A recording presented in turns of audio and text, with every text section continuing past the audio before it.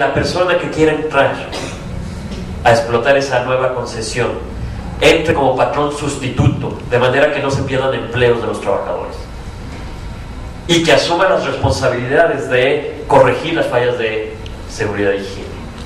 El negocio del carbón es tan millonario que seguramente habrá empresas que estén dispuestos a invertir lo suficiente para corregir lo que no hizo el otro con tal de quedarse con una concesión minera. ¿Por qué no pensar en ese esquema? ¿Por qué no pensar que realmente la vida de los trabajadores mineros es más importante que el negocio de particulares? ¿Por qué no pensar, y esto lo hemos insistido, ya lo mencionaba Jacqueline, en que las consecuencias jurídicas de la violación a la Ley Federal del Trabajo en materia de seguridad e higiene realmente les duelan a los empresarios? ¿Por qué no pensar en crear un delito especial en la Ley Federal del Trabajo que sea el homicidio industrial? De manera que no sea un simple homicidio culposo como puede ser un accidente de tránsito. ¿Por qué no pensar en eso? ¿Por qué no pensar, y esto es lo importante de la acción penal, que no hemos conseguido que se ejercite? Sabemos que penalmente la responsabilidad es individual, y aquí siempre se corre el riesgo de que los dueños de las empresas descarguen, si se logra llegar a una condena, que nunca ha habido una condena penal por accidentes de trabajo en México, pero en todo caso se las descargarían a trabajadores de confianza. Pero la ley penal también considera que cuando un delito es consecuencia del acuerdo de una persona moral, la consecuencia para la persona moral es la orden de disolución. ¿Por qué no reforzar esto en materia de minas y en materia general de Ley Federal del Trabajo? Para que el homicidio industrial, si se contempla una negligencia probada y reiterada de una empresa, conlleve a la disolución de la sociedad, de la empresa como persona moral. Obviamente habrá quien diga que esto es excesivo, pero sabemos que las multas que contempla la ley son risibles.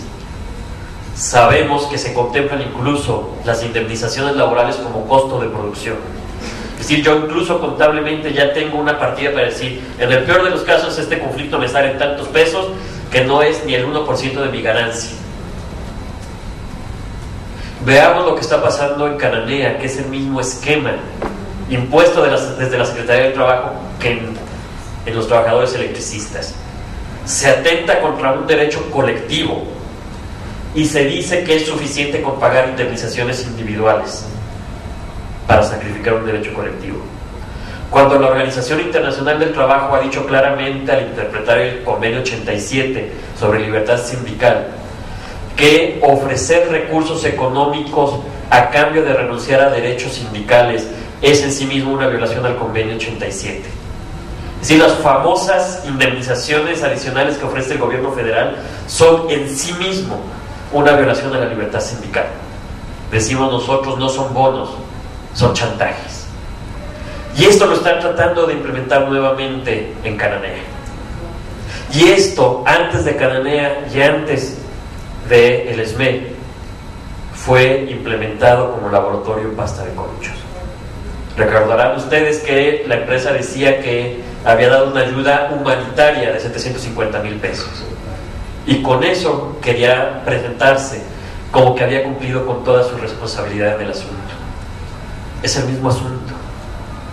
Los pesos y centavos que marcan las multas que contempla nuestra legislación les dan risa a los empresarios, por lo menos a los grandes empresarios.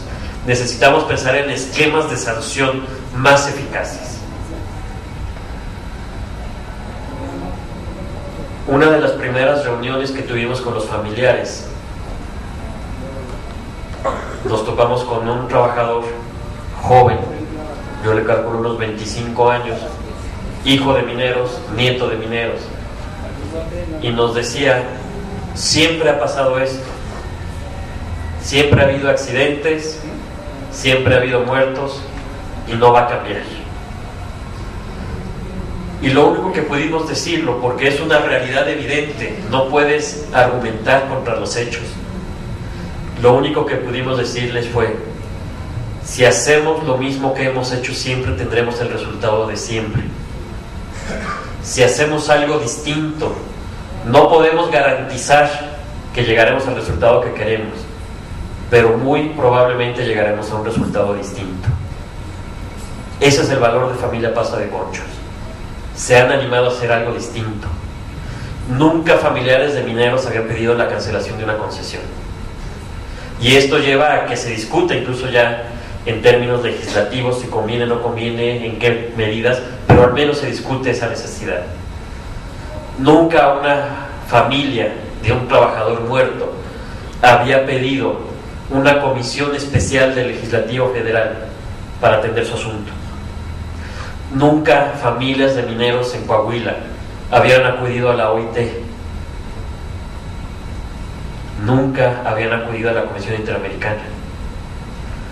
Y lo que nos dicen las familias es: por supuesto, yo ya perdí a mi padre, perdí a mi hermano, perdí a mi esposo, perdí a mi hijo, pero mis otros 3 hijos están en las demás minas, y mi primo, y mis nietos.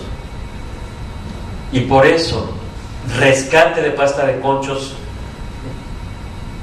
justicia, son los requisitos indispensables. Además de ser justo en sí mismo, son los requisitos indispensables para hacer una historia distinta, para cambiar esta realidad.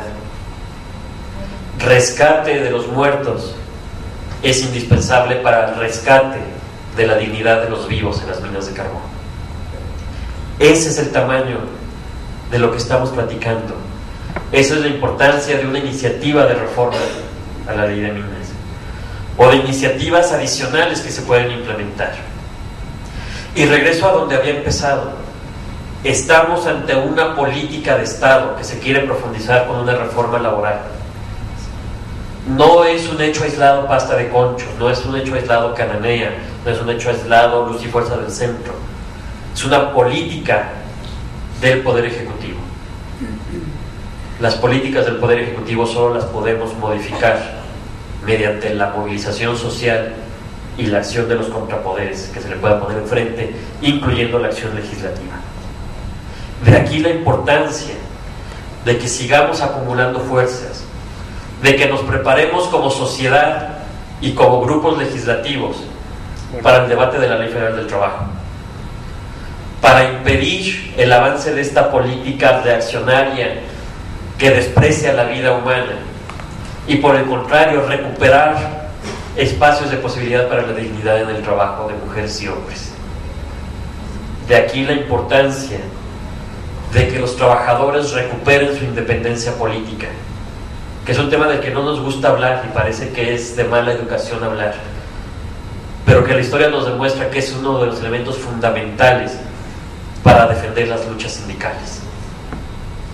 De aquí la importancia de no ver hechos aislados, sino de ver la imagen completa y de ver que hay una responsabilidad no solo política, no solo una iniciativa, sino política. Yo no sé, y esto sería cuestión a lo mejor de debatirlo y analizarlo con más calma, si actualmente haya condiciones para un juicio político a Lozano por la política laboral que está implementada en el país, porque elementos hay muchísimos.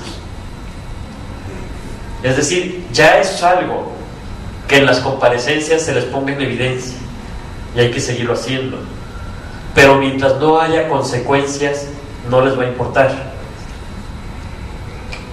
No sé, será cuestión de debate. Habrá quienes digan que de todas formas seguimos sin posibilidades, sin relación de fuerzas adecuadas para un juicio político, pero yo creo que ahorita lo que necesitamos juzgar desde los hechos concretos que son irrebatibles como Pasta de Conchos es la política laboral que llevamos sufriendo durante más de 10 años.